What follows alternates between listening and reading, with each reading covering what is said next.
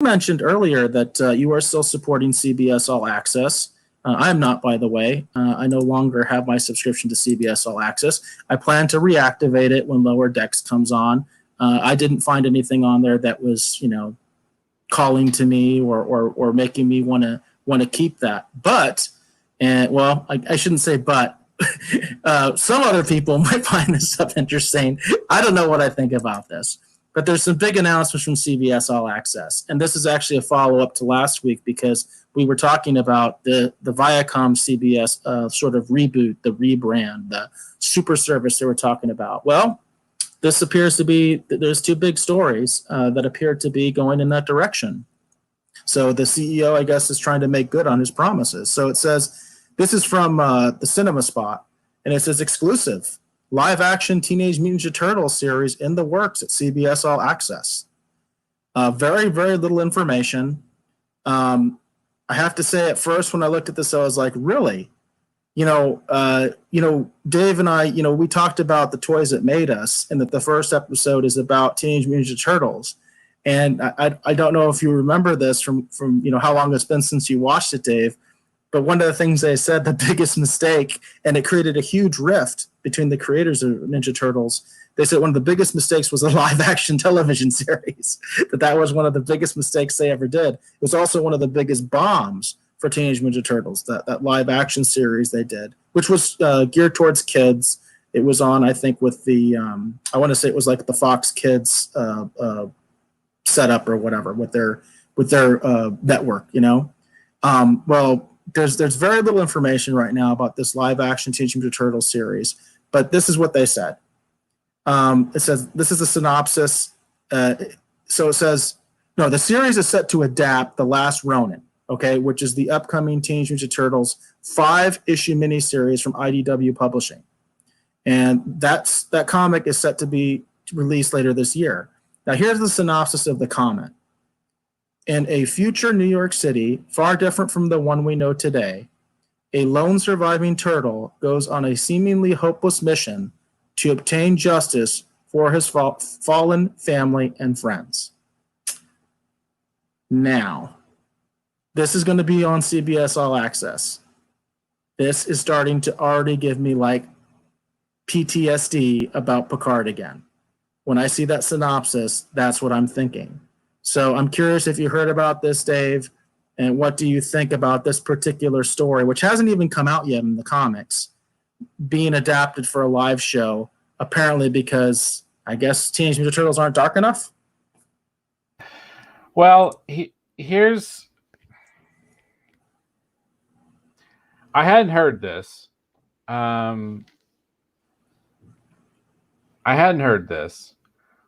But... oh, this is interesting. Now, James Stone has something on here. He actually puts up, hate to be a buzzkill, but if you go to Kevin Eastman's Facebook, he put the hammer down. No plans for a live show. I saw it this morning. Well, if Kevin Eastman's reporting that, it's probably true. But I will comment on this. It's fair to mention that Kevin Eastman does not own the rights to the Turtles. He's involved with the production, basically at IDW and Nickelodeon's discretion. That also was part of the Toys That Made Us documentary. I know that. He doesn't have any rights. So I'm not saying that I'm not trying to dispute him, but I just want to put that out there as well, as he does not own the rights to the Turtles. They don't have to tell him anything. Right, but I know that I think Last Ronin is actually his story he's working on too. Well, let me just kind of let's talk about it in an esoteric sense. Okay. I love Dark Knight Returns. Okay. And I quite enjoyed Old Man Logan. Okay. Take that a little bit further. I enjoyed the Logan movie. These are all interesting examinations of these characters and kind of how their story, their journey ends. I talked about before, one of the things I like about the Masters of the Universe movie is, in my mind, I always reconcile the Masters of the Universe movie as being sort of Skeletor and He-Man's final battle, so to speak, even though I know Eric keeps bringing up the I'll be back moment at the end. But to me, that's always how, in terms of canon, in terms of storytelling, that's how I've always looked at that movie. Skeletor's finally gotten control of Castle Grayskull, and this is their big final epic battle, and that's where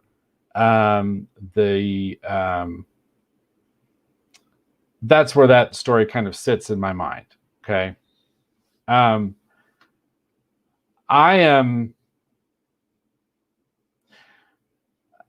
curious to read the last Ronin story that I know Kevin Eastman has been working on. I'm very interested in that. I'm not sure how I feel about the idea of seeing that in live action already. Sometimes I need some clarification here because Bobby's saying Eastman wrote the last Ronin story 30 years ago. He says it was influenced by The Dark Knight, and then he says the comic looks great. So I don't understand. It's obviously IDW is doing their own thing. So is this based on a story from the independent era? Because I don't know enough about Teenage Mutant Turtle comics to even comment on that. But he says that story is 30 years old. Well, here's the thing. I was not reading Turtles at the time that because I thought Last Ronin was something that was currently being worked on in the comics form, because I thought I'd seen some stuff where Eastman was posting about that they were getting ready to do this, and it was I feel like we got to go to the internet. This story is bringing up a lot of fact checking.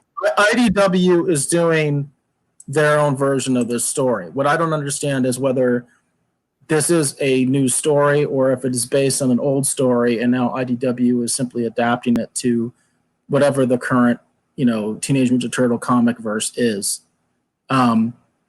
Bobby has a little more clarification here. He says he is working with IDW.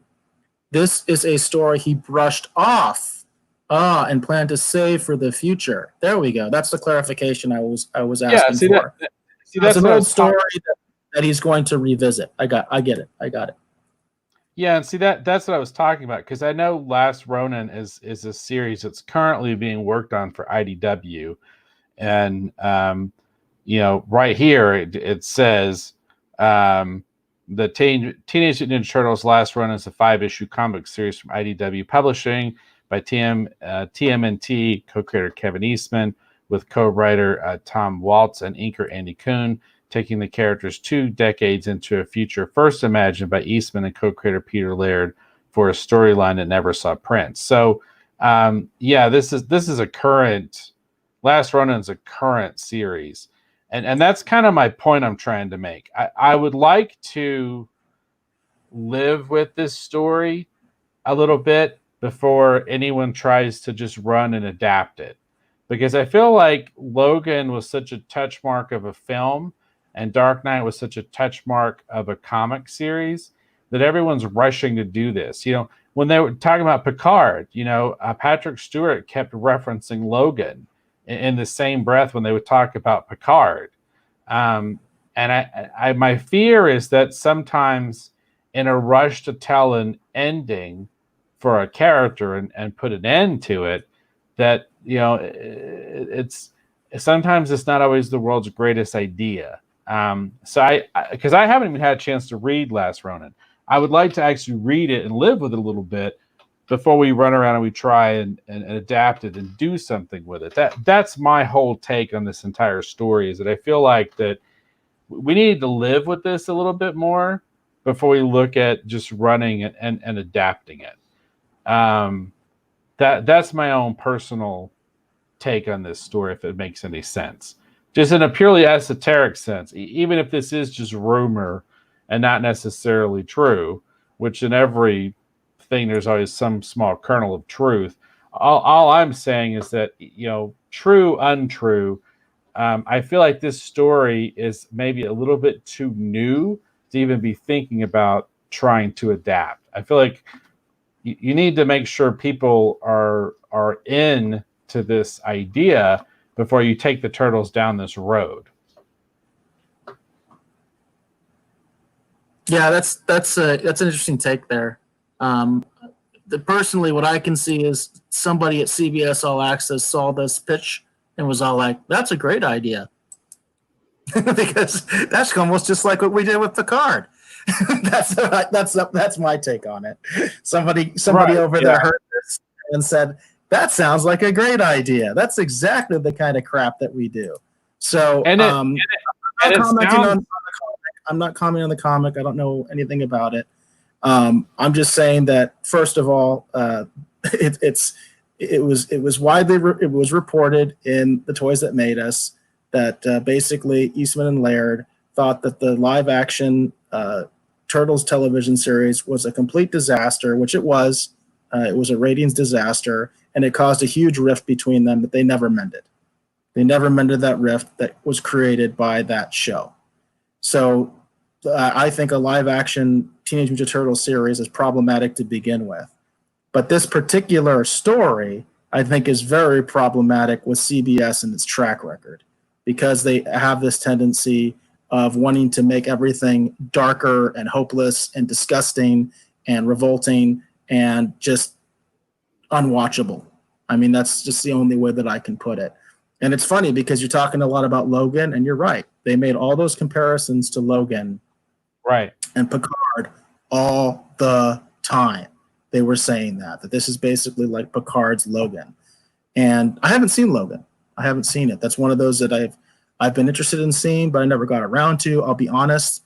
I thought, the first Wolverine film was a huge letdown, and I never went back. I was like, I'm not checking out the Wolverine films.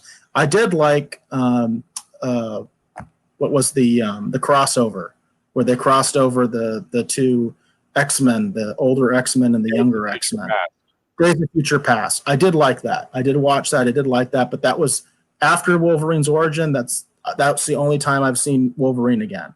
After I saw Wolverine's origin, I was so disappointed. I was like, no, I'm not watching the Wolverine movies anymore. I got tricked once. Fool me once, shame on you. Fool me twice, shame on me. So I didn't go back. I don't own X-Men Origins Wolverine. I don't like that first Wolverine movie that they made. I do, however, it's not the greatest film made, but I did quite enjoy the Wolverine that sort of attempts to adapt elements of what they used to call the Samurai Saga from the X-Men and the Wolverine comics. There's a lot of stuff about that movie I like, but I love samurai culture. Like, it's a big thing for me. I trained a lot of the samurai arts for many years. You can't watch it anymore, but I used to have videos on YouTube you could see back in the day. But I did Aikido, Kenjutsu, Iaijutsu or Iaido. Like, I trained with the sword and the whole thing. I was very obsessed with samurai culture and methodology and everything. I love that era, that feudalistic Japan era. And it's funny too, because a lot of people would think it comes from a lot of the comics and stuff, but it actually doesn't. It actually comes from when I was a really young kid. I actually saw the TV adaptation of James Clavell's Shogun. And that's where my love of samurai actually comes from, is actually Shogun. That's a great series. That's an awesome series. Yeah, I love that series as well. That's a great series. And so there's a lot of stuff about the Wolverine I love just because it touches on that. There's some really great fun battles where, basically it's, Wolverine versus a samurai, that's really fun. But Logan is a great movie in a lot of different ways. It's just a great film, period. Whether you look at it as a modern take on a Western, whether you want to look at it as just sort of the kind of Wolverine's ending story, it's a great way for him to go out. It doesn't really adapt a lot of all the hard-hitting elements and the really twisted stuff that actually comes out of Old Man Logan at all. It's very much its own story. But it's really great. Logan's really great. But I